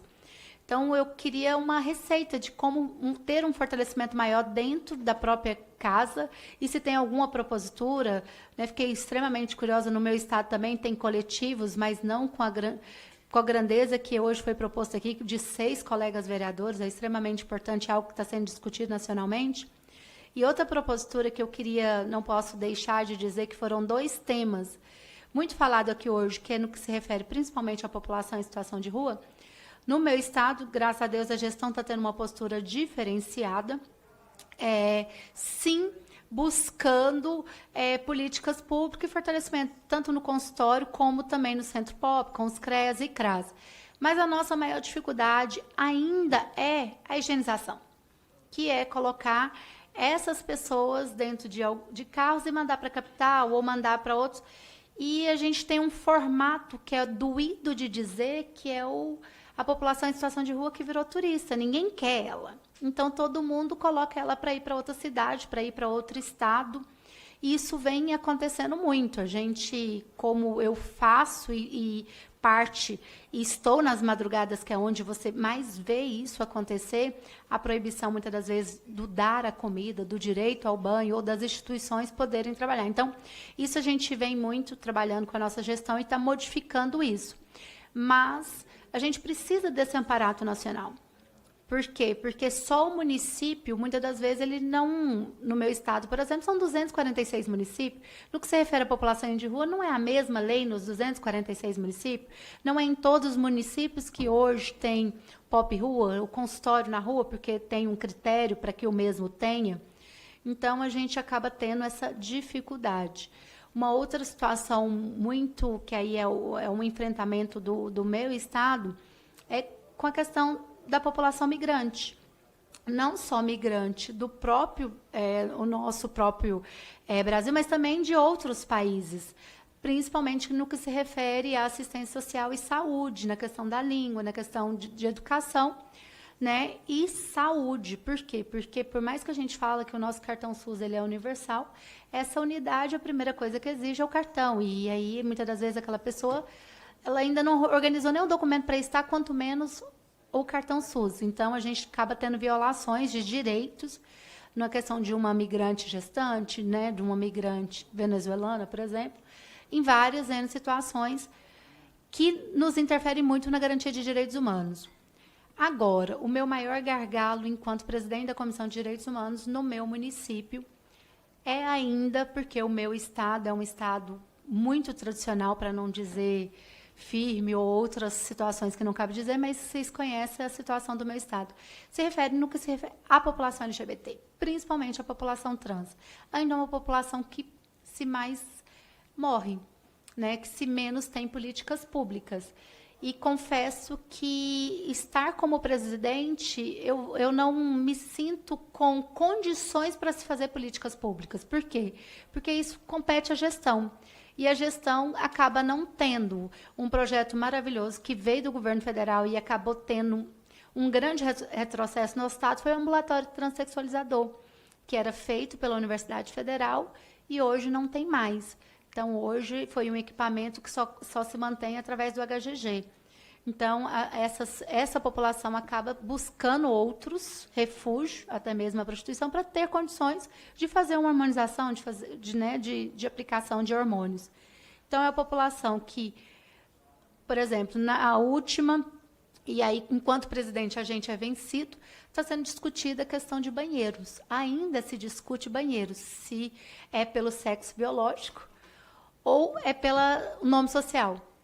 Isso é muito triste, é muito cruel, porque eu não estou falando de sexo, eu estou falando de pessoas, né? Mas ainda se tem grandes discussões dentro das câmaras municipais, dentro das assembleias, se eu posso ou não usar o banheiro pelo sexo biológico ou não. Então, assim, a gente busca sempre, no governo federal, exemplos para que a gente possa ir descendo. E aí eu vejo muito, como o senhor disse, trabalhar com direitos humanos no dia que o senhor foi numa instituição de longa permanência, é você entender que nada vai ser para hoje, que a gente vai lutando e, né, fazendo o principal. Mas, quando a gente vê essa população morrendo, a gente quer que as coisas andem mais rápido, principalmente legislações federais. Então, nos dá a receita. É público, é chamar essa população para ter voz, né? Porque só perante o voto a gente viu que não é bem assim. A gente ainda, muitas das vezes, é ludibriado e não consegue fazer com que bons parlamentares cheguem aqui. Né? Tanto que, às vezes, quando a gente vai entender quais são os parlamentares, a gente entende que, em sua maioria, não defende direitos humanos. Defende agrário, defende o empresário, defende outros segmentos que não sejam direitos humanos.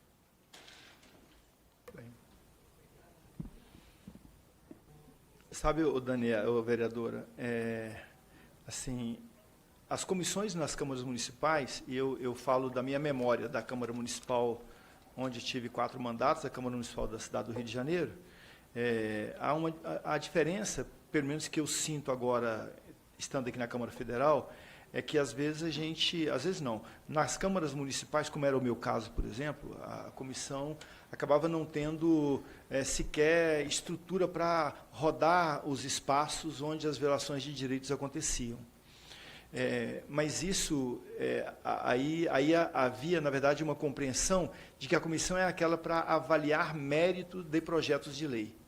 Se a gente, de fato, cumpre esse papel, se a gente, de fato, não subverte essa lógica, é claro que nós temos que fazer análise dos méritos, né, que também fazemos isso, méritos, e votamos, aprovamos ou rejeitamos e tal. Mas, para além disso, sair desse pacotinho, onde a Comissão de Direitos Humanos às vezes é colocada, e que ela não deve se permitir ser colocada, é compreender onde é que está a violação de direitos humanos na cidade de Goiânia, onde é que está a violação de direitos humanos nas periferias de Goiânia, onde é que está a violação de direitos humanos na questão da infância e da adolescência em Goiânia, da população em situação de rua em Goiânia. E aí, talvez, a compreensão de que nós somos, né, para usar uma expressão, nós somos uma comissão que ela tem que exercer o seu papel de ser um espinho, sabe, para, de certa forma, desinstalar a sociedade. E aí o caminho, né, e aqui na Câmara Federal também a gente tenta fazer isso, embora aqui a gente acaba conseguindo uma estrutura, por exemplo, eu fui ao Mato Grosso, eu fui a Belém, eu fui a Minas Gerais, eu fui ao Paraná, eu rodei o país com algumas demandas, fiz audiências nas periferias do Rio de Janeiro com as estruturas da Câmara Federal, e isso aí dá, de certa forma, um debate maior e espeta mais a sociedade do que uma comissão de Câmara de Vereadores. Mas acho que quando nós nos posicionamos ao lado dos periféricos, ao lado dos apequenados, ao lado dos empobrecidos, quando a gente se posiciona aí, a gente está cumprindo o papel, no meu entendimento, da Comissão de Direitos Humanos. Eu não, eu tenho certeza, eu não consigo te dar uma receita, até porque ela não existe, né? Porque senão eu nego aquilo que eu acredito, que a gente faz processos, e esses processos a gente vai construindo. Mas vou te dar um exemplo. Nós, em diálogo com o Ministério de Direitos Humanos, nós temos hoje um equipamento chamado PAR, que é Ponto de Apoio da Rua, que é um equipamento do Ministério de Direitos Humanos. 2 deles já foram instalados, um foi instalado na cidade de São Paulo, o outro foi instalado na cidade do Rio de Janeiro, tem mais 2 prometidos para o Rio de Janeiro, mais 2 prometidos para São Paulo, tem outros 40 ou 60 prometidos para o Brasil afora, de modo para as cidades, para as capitais e para as maiores cidades, para ser ali um ponto que a gente inicialmente está dizendo que é um ponto onde a população em situação de rua vai poder tomar um banho, ou vai poder cortar o cabelo, ou vai poder fazer um cuidado, ou vai poder fazer um ponto de apoio, mas nada disso é a prioridade. A prioridade é que tenha um espaço para que as pessoas se referenciem. Se referenciem, né? O Rio de Janeiro, nós temos lá hoje cerca de 20 mil pessoas em situação de rua. São Paulo, o estado de São Paulo, chega a quase 100 mil pessoas em situação de rua. O Sudeste concentra 70% das pessoas em situação de rua. No Brasil, nós temos hoje cerca de 330 mil pessoas em situação de rua. Então, como é que a gente lida com isso? Então, a gente lida a partir disso. E aí, quais são os marcos legais que nós temos? Nós temos a LOAS, o LOAS, né, a LOAS, né, que é a Lei Orgânica da Assistência Social. Temos a Constituição Federal, né, que já assinalava para a importância e a obrigação do Estado de cuidar dos vulnerabilizados, dos empobrecidos. Nós temos, em 2009, o Decreto 7053, que cria o Programa Nacional de Política Pública para a População em Situação de Rua, que foi construído com a população em situação de rua, a partir de um debate do presidente Lula com o movimento de catadores e de população em situação de rua em São Paulo. A partir de 2003, 2004, foi se construindo com eles uma legislação e deu no Decreto 7053, mas aí chega o gargalo. Qual é o gargalo? As prefeituras precisam aderir, e as prefeituras não aderem. O Rio de Janeiro, nós criamos, depois de muita tentativa de aderir, do prefeito aderir, da prefeitura aderir, e não conseguimos, nós pegamos o Decreto 7053, talvez esse seja não uma receita, mas um caminho. Aprovamos na cidade, assim como tem o Programa Nacional, pelo Decreto 7053, aprovamos uma lei, que é o Programa Municipal de Política Pública para a População em Situação de Rua. A cidade de Janeiro, a cidade do Rio tem essa lei. Só que, volta a história do processo, a lei não termina com a questão, porque ela não dá conta, né? A prefeitura, desde 2018 até hoje não aderiu, ou melhor, não acatou, ou melhor, não regulamentou a Lei 6.350, que é um espelho do decreto do presidente Lula de 2009. Então, essa é uma luta. A lei foi aprovada, o prefeito vetou. Os vereadores derrubamos o veto, o prefeito reclamou na justiça inconstitucionalidade. A Câmara Municipal, a nosso pedido, foi lá defender a lei, ganhamos na Justiça do Rio. A Prefeitura recorreu, ganhamos em segunda instância. A Prefeitura recorreu de novo, ganhamos no STF. E a lei não está regulamentada até hoje. Então, é uma luta constante, né? Então, um pouco isso. E depois, quando você fala dos empobrecidos, das periferias, quando você fala das pessoas em situação de rua, das pessoas LGBTQIA+, das pessoas trans, etc., quando você fala sobre isso, você está falando de algo que a extrema-direita, que hoje está muito barulhenta, que está muito engrandecida, que está muito avolumada, que a extrema-direita quer que morra, são os matáveis. Então, nós, os defensores de direitos humanos, lidamos com os matáveis, com aqueles que não fazem a pauta, com aqueles que não têm a agenda, com aqueles que não dizem o ponto da agenda, com aqueles que não dizem para o Hugo Mota, ou para o Alcolumbre, ou para os prefeitos, ou para os presidentes das câmaras, paute isso, né? Eles não dizem isso. Quando isso é pautado por muita luta, porque são os invisibilizados, e quanto mais invisíveis, melhor, porque se morrerem, as pessoas não reclamarão a sua vida. Então, essa é a luta, né? Então, tem uma dimensão trágica. O que nos mobiliza? O que nos mobiliza é o entendimento de que a gente não luta para vencer, a gente luta para lutar, né? Júlio Lancelotti, Darcy Ribeiro, né? Se eu tivesse estado do lado daqueles que eram contra mim, talvez eu teria vencido, mas eu não quis estar do lado deles, é Darcy, né? Então, um pouco isso. Então, a gente luta porque luta. Santo Agostinho diz, eu gosto sempre de citar Santo Agostinho nessa expressão, quando ele fala da esperança, né, que é muito freiriano, né? Muito freiriano o que Santo Agostinho fala. A esperança, diz ele, tem duas filhas. A indignação, que é para a gente não concordar com isso, a gente se incomodar com isso, a gente não acreditar nisso. Não é isso que está dado, eu não acredito nessa caixinha pronta, eu não me conformo com isso, eu quero rebelião, eu quero movimentação, eu quero água em movimento. Essa é a indignação. E a segunda filha da esperança, que é a irmã da indignação, sem a qual a indignação não vale de nada, é a coragem. Coragem para mudar, coragem para fazer movimento. Então, é luta, né? A gente não nos foi oferecido um caminho que ali do lado de trás da parede vai estar resolvido. A nossa luta, ela foi começada por quem já foi, ela continuada por nós e ela continuará por outras pessoas que virão depois de nós. Mas eu falei muito, eu acho que estou abrindo a palavra aqui para vocês comentarem esse ponto da Daniela.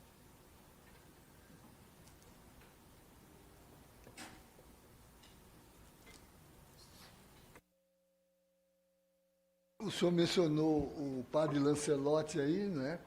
E veja o alcance desta dupla condição agostiniana, né? A indignação e a coragem, né? Que levou, por exemplo, acho que, a meu ver, a dois simbolismos. O primeiro é ativar um sistema que estava insensível ao que é a percepção do sofrimento daqueles que não são visíveis, né? Que são sobrantes na sociedade. E aqui foi mencionado que a Bela mencionou a DPF da aparofobia, né? Que o ministro Alexandre chamou de condição aporofóbica, né? Que traduz e que gerou, vamos dizer assim, criar, né, uma agenda de balizamento para as políticas públicas, né, quanto a lidar com, por exemplo, empobrecidos e povo de rua. Né. A segunda, a meu ver, lembra que eu dizia, né, que os direitos humanos não são as declarações, não são os monumentos, né, não são sequer as ideias, né, porque as declarações são circunscritas aos consensos limitados da conjuntura. Elas dizem o que puderam, não dizem o que deviam, né? Por isso que muitas vezes tem que ser complementadas, como a de 48, pelos pactos, para inserir ali o que havia sido conquista dos direitos alimentares, porque não bastavam os direitos elementares, os direitos alimentares, né? Mas elas são uma expressão de agenda. Eu acho que hoje a mais contundente declaração de direitos é a marreta do padre Júlio Lancelotti. Né? Porque é sair... Exato, e denuncia aquilo que as políticas às vezes disfarçam. A vereadora falou nessa questão da higienização. Né? Então, gerou a lei Padre Júlio, que é confrontar as políticas de redução da cidade para o circuito do usufruto, e não da cidadania. Né? Então, ela veda os obstáculos arquitetônicos, a arquitetura hostil, aquilo que era produzido para deleite da elite, que quer a cidade para a sua suntuosidade, né? E a cidade é de todos, é o direito à cidade, né? Se arrancou do direito administrativo, se arrancou do direito civil, do direito urbanístico, né? Para pensar uma cidade que seja construída pela subjetividade de quem territorializa a sua existência, né? Nos becos, nas lajes, né? No direito de morar, né? Então, o padre Júlio vai lá e mete a marreta nesses obstáculos, né? E confronta, né, uma certa hipocrisia que, às vezes, está até nos púlpitos e nas sacristias. Né? Por exemplo, ele nunca foi muito bem assistido pela Cúria, mas ele tinha a atenção do Papa. Né? Gerou essa ideia, né, de que a subjetividade é a solidariedade, a fraternidade. A fraternidade é um dos princípios da Constituição. Né? É um princípio político, não um princípio religioso. Né? A outra, por exemplo, é desafiar aquilo que é o simbólico, assim, disfarçado em elementos ideológicos. Né? Por exemplo, agora o plataformista Galo está sendo indiciado porque vandalizou a estátua do Borba Gato. Né? Os movimentos sociais no mundo todo, quando querem denunciar as injustiças, a primeira coisa que eles fazem é derrubar as estátuas. As estátuas são porque quem era Borba Gato? Era o caçador de escravo, era o caçador de indígena, era o miliciano, era o capitão de mato, era, né, o titular do clube de tiro. Né? Então, mesmo Locke, que criou a tese dos direitos humanos, né, vivia das rendas das ações dele, do tráfico de escravos. Né? Então, os direitos humanos não são os monumentos, né? Nem são as ideias, porque, por exemplo, o liberalismo é um princípio até fundado em teorias de justiça, né? Mas o seu limite qual é? É a redução do jurídico ao formal, que valoriza o que o interesse de quem tem hegemonia para poder construir a sua própria legalidade. É por isso que eu acho importante esse trabalho que o senhor está realizando, né, de verticalizar no sentido de ir à raiz das questões e discutir, aí horizontalizando a busca de soluções, né, que eu acho que é esse o verdadeiro trabalho que uma comissão como essa aqui realiza para interpelar, né? Isso que é a coragem para desafiar o status quo, né? O que se oculta sobre a ilusão de que está tudo bem. Não está nada bem, né? Numa sociedade tão desigual. Né? Então,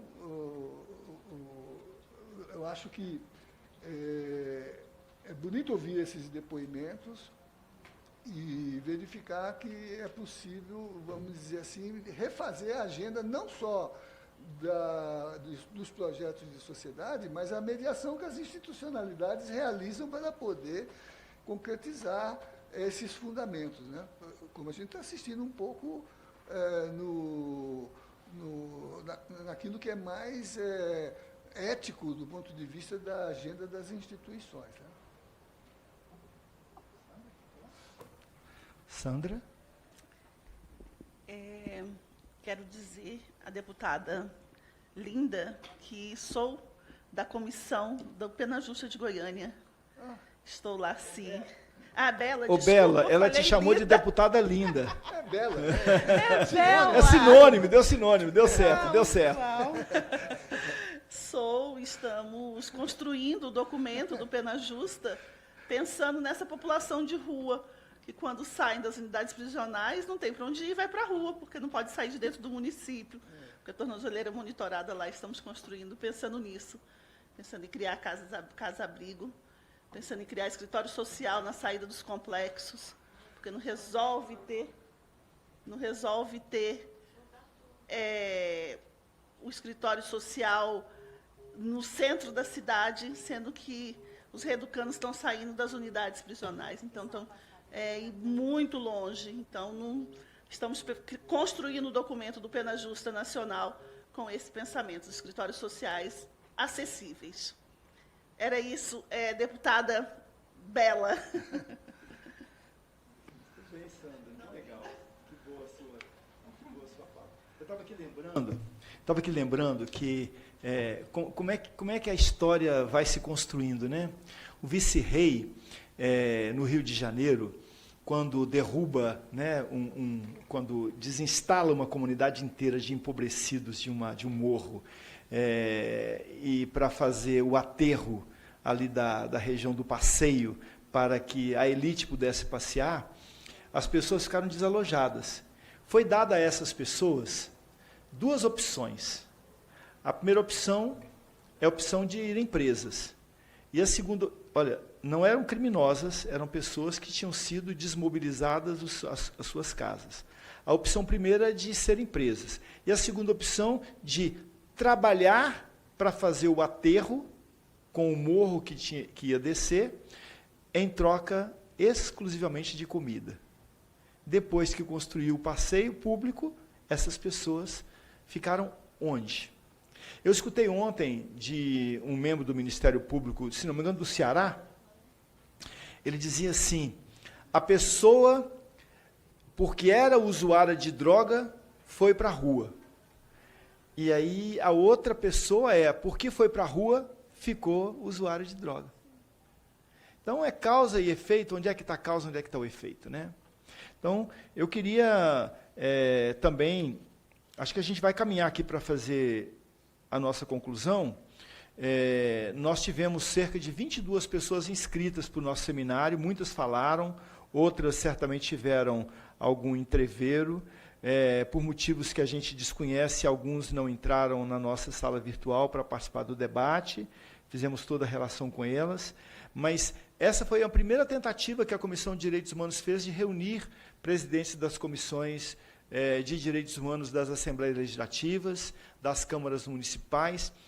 Eu, da minha parte, estou muito satisfeito, porque eu pude encontrar aqui, né, com a vereadora Daniela, com o vereador Guguinha, com o Ernesto, com a deputada Bela, também com o coletivo Nós, também pude encontrar com a deputada Daniela, né, pude encontrar com o pessoal que veio conosco também, com o Renato Rosenho, entrou na nossa sala também o nosso... a Bela, já falei, né? Então, acho que a gente cumpriu aqui o nosso papel. Conversamos um pouco, e o que a gente não pode é interromper esse processo. A gente vai continuá-lo, né, continuar discutindo. Eu tinha feito uma proposta aqui de manhã, professor Zé Geraldo, que no dia 4 agora, fazem 5 anos do assassinato de 2 meninas no Rio de Janeiro, chamadas Emily e Rebeca. Elas foram assassinadas com um único projétil, né? Elas estavam brincando, eram 2 meninas primas, brincando no quintal de casa, na cidade de Duque de Caxias, da Baixada Fluminense, e uma bala, entre aspas, perdida, atravessou a cabeça de Emily e penetrou no peito de Rebeca. 2 priminhas, pequenininhas, crianças, e as 2 vieram a morrer, né? No dia 4 agora de dezembro, na próxima quinta-feira, nós vamos fazer uma audiência pública aqui com o Instituto Rio de Paz, que é o Instituto do Rio de Janeiro, que tem acolhido muito as famílias que tiveram vítimas da violência do Estado, crianças. Então, nós vamos fazer um debate aqui na próxima quinta-feira, a parte da manhã, né? Às 9h30 da manhã, e nós vamos apresentar alguns projetos de lei, que são projetos que versam sobre a questão da violência contra a criança e adolescente. E a gente queria sugerir, né, sugerimos já de manhã, queria confirmar aqui o oferecimento, mas é um oferecimento que é de mão de ida e de volta, né? Porque vocês também devem ter algumas coisas a oferecer nesse sentido, né? Já ofereceram muito, aqui foi uma troca muito boa, mas se tiverem também outros projetos de lei, que esses projetos que a gente vai apresentar aqui na Câmara Federal, que as câmaras municipais das nossas comissões, a vereadora Daniela, o vereador Guguinha, as deputadas que estiveram conosco, a gente vai oferecer os projetos de lei para que vocês os adequem à realidade local de vocês, para a gente, sabe, apresentar os projetos. Nós vamos apresentar no dia 4, e no dia 4 mesmo a gente manda para vocês o nosso texto, que já está pronto, o nosso texto, e aí vocês façam as adequações devidas para a gente demarcar essa luta dos direitos humanos. Né? Porque fica consignado, fica registrado, fica colocado, e a gente acaba fazendo, né, um pouco, apertando as arruelas e os parafusos dessa sociedade que está de costas para os direitos humanos, mas que não pode mais estar. Eu sou daqueles também que vejo progressos, né? Progressos. Tem muitos progressos. Eu fico imaginando, por exemplo, o que era a sociedade de 50 anos atrás, por exemplo, na questão do racismo. O que é hoje? Ainda tem racismo? Tem. Mas o que é hoje? Quem é que protagonizou essa luta? Foi o povo negro e aqueles que são solidários à sua causa. Né? A questão do feminicídio, da violência contra a mulher, o que era? Né? Uma mulher que não tinha direito a voto até 1932, uma mulher que era submissa ao marido, uma mulher que vivia nessa dimensão judaico-cristã da mulher que saiu da costela do homem, né, e que, portanto, ela tem que estar lá a serviço do homem. Olha as mudanças. Então, a gente avançou, tem muitos avanços. O que é a comunidade LGBTQIA+, as agressões às travestis, às prostitutas, a agressão às pessoas trans, lá no Rio de Janeiro, era assim, aos olhos nus. Né? Hoje vai agredir. Ainda tem agressão, mas as pessoas reagem. Então, a gente tem avanços. E esses avanços são frutos das nossas lutas, das lutas de gente que até já tombou, mas que a luta ficou consignada. Um dia, nós chegaremos ao cosmos, né? Eu não tenho dúvida disso, estamos caminhando para ele. Por mais que, às vezes, a luta pelo caos seja barulhenta pra caramba, né? Então, eu queria... né? Isso, professor, mais ou menos. É verdade, no princípio era o caos, né? Era o caos. No princípio era o caos, isso mesmo. Fez-se a luz, né? Depois botaram uma sombrinha nela, né? Foram esmaecendo a luz. Mas tem coisas boas, né? Para celebrar, né? E quem falou poucas? Você? Eu vou te pagar um sorvete. São poucas, mas são importantes, né, Rosinha? Fala aí, Rosinha. Eu tenho 66 anos. Quando veio o golpe militar, eu tinha 5. E meu pai era negro, por isso que eu sou como ela. Minha mãe que era branca. E o meu pai foi... O golpe foi no dia 1º de abril de 64, no dia 4 ele estava preso. E nós vivemos aqui dentro do Brasil clandestino por 21 anos, até vir a lei de anistia, mas não deram o direito para o meu pai voltar para o Brasil. Eles achavam que meu pai estava fora. Nós saímos do Rio Grande do Sul e viemos parar em Goiânia. Então, é uma luta muito dolorosa. Meu irmão foi ao suicídio, passamos horrores. E hoje... É o meu 4º mandato de governo, 2 da Dilma, primeiro 2 do Lula, 2 da Dilma, e agora está no 5º mandato. Né? E nós ainda estamos lutando pela anistia. Ainda tem gente com 80 anos, perto de morrer, ou a viúva está com 80 anos, perto de morrer, que foram atingidos pelo golpe militar. E é muito difícil para mim. O senhor viu a minha reação com o que foi ministro da Justiça na época da Dilma. O senhor viu a minha reação. Eu faço vários tratamentos para não ter aquela reação. Mas acho que eles já até me deram alta. Não vai adiantar fazer tratamento com você, com terapia, nem nada. Então, são quantos anos de luta para várias famílias, para ter um resquício de democracia. Então, eu quero dizer para o senhor deputado e para o grande reitor, que nós temos aí um grande reitor, minha filha foi formada pela UNB, é historiadora. Eu nunca tive tanta desilusão. As desilusão amorosa saem no xixi, vocês desculpam a expressão. Mas, que eu tive 2 casamentos terrorosos. Mas a desilusão política é muito pior, deputado. Quantos parlamentares tem aqui dentro? O senhor é próximo da gente. Mas tem do nosso lado os vermelhos, que eu sou comunista, graças a Deus. Nunca fui ateia, nem meu pai, nem minha mãe, ninguém na minha casa. Mas eu acho eles muito, os nossos, que são nossos, muito distantes de nós. E eu levo a essa demanda da anistia, o que está acontecendo. Meu pai já está anistiado, meu pai foi anistiado depois de morto, minha mãe também. Eu sou anistiada. Mas e quantos que faltam? E eu continuo batendo lá na porta. E a atitude da ministra Macaé, ela é negra. Eu já sentei com ela 4 vezes. Todas as vezes que eu sentei com ela, eu saio de lá, tudo que eu coloquei para ela, ela faz ao contrário. Não que ela tem que fazer o que eu mando, não é isso. É que eu entendo o que a gente está passando. E levo essa demanda para a ministra. A ministra é vermelha, é nossa. Então, os nossos ganhos são assim, eu estou com 66 anos.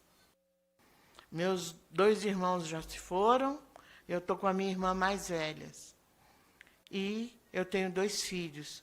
Um é cientista político, a outra é historiadora. Elas vão continuar a luta do avô e da mãe. Mas não é meio assim para... Eu sei que já está acabando, né? O meu chefe já apitou ali, mas é muito... Você vulgar para falar bem povão, que eu sou bem povão. É broxante o que nós, ex-perseguidos políticos, estamos passando no nosso governo. Eu quase fui agredida aqui por Hamilton Pereira. E o nome dele também, de autor, é Pedro Thierry. Porque a gente é anistiado na comissão de anistia, e agora a AGU que está mandando lá, e ele assina que é para a ministra pegar e desanistiar a gente, igualzinho a Damares estava fazendo. Então, gente, eu não estou nem um pouquinho animada. Desculpa. Rosinha, olha só, o seu desânimo mistura com o meu ânimo, e o meu desânimo mistura com o seu ânimo mistura com o desânimo da vereadora Daniela, o desânimo dela mistura com o seu ânimo. A gente é assim, a gente vai caminhando, né? Eu compreendo o seu desabafo e respeito muito, sabe? Acho que não tiro sua razão, não. Mas né, na panela geral, né, nessa mexida, nessa sopa de legumes toda, a gente está avançando. E vamos avançar. Agora, a luta nunca vai acabar, não vai terminar, né? A gente vai chegar um dia lá, né? A esperança e a nossa luta, ela é movida dessa forma mesmo, né? Vai e vem, vai e vem, vai e vem. Nós não podemos desanimar. Vou citar novamente o padre Júlio Lancelotti e o Darcy Ribeiro, nós não lutamos porque vamos vencer. Porque se a gente tivesse esse pressuposto, só vou lutar se eu for vencer, a gente não lutava. A gente luta porque a gente luta.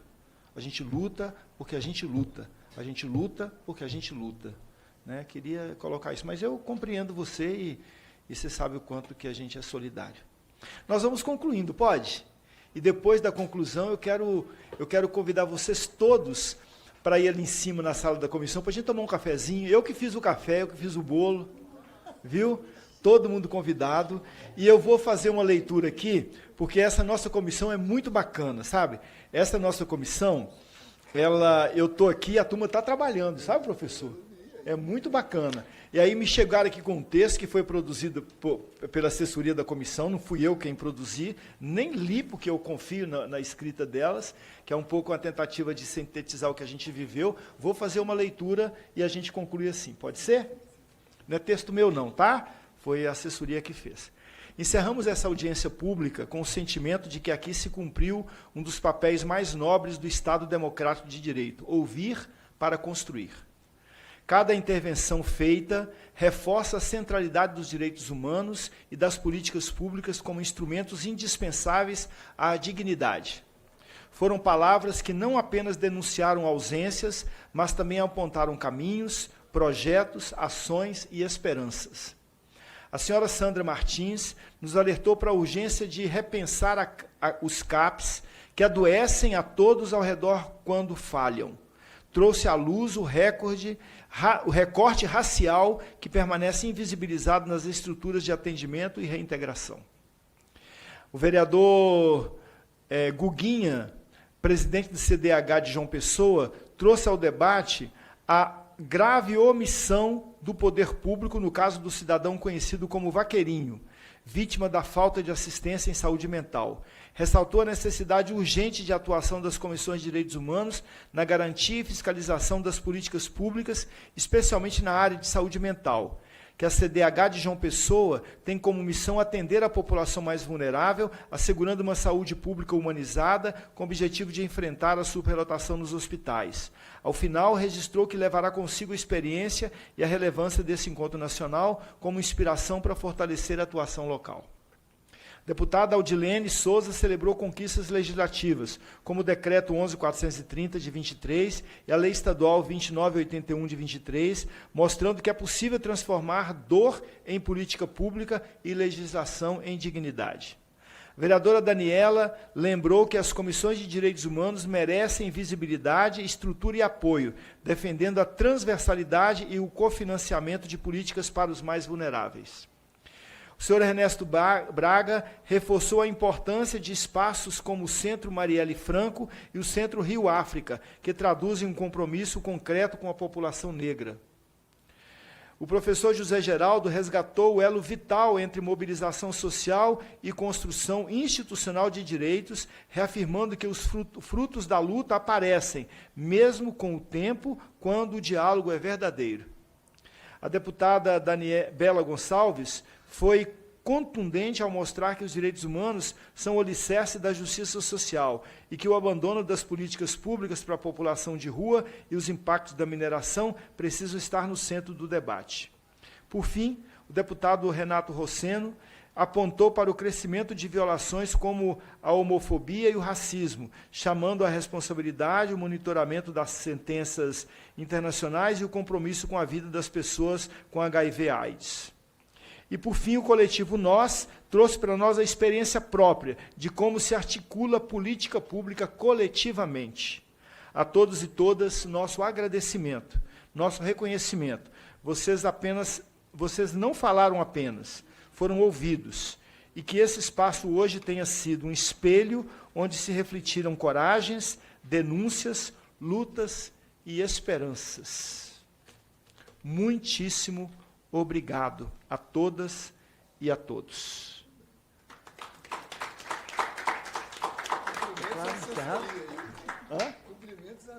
Cumprimentos à assessoria. Obrigado, Adla, doutora Adla, que escreveu para nós esse texto final. Que bacana, que bom. Então, nada mais havendo, nosso seminário está concluído. Eu convido a todos para a gente subir a escada. Aqui atrás, a todos mesmo. Até o pessoal da técnica também, que está por aí, está convidado para ir lá em cima tomar um cafezinho com a gente, viu? Pessoal que organiza o som também, que está aí atrás dos vidros, todo mundo convidado para irmos lá em cima, tomarmos um café juntos. Muito obrigado a todos, está encerrado o nosso seminário.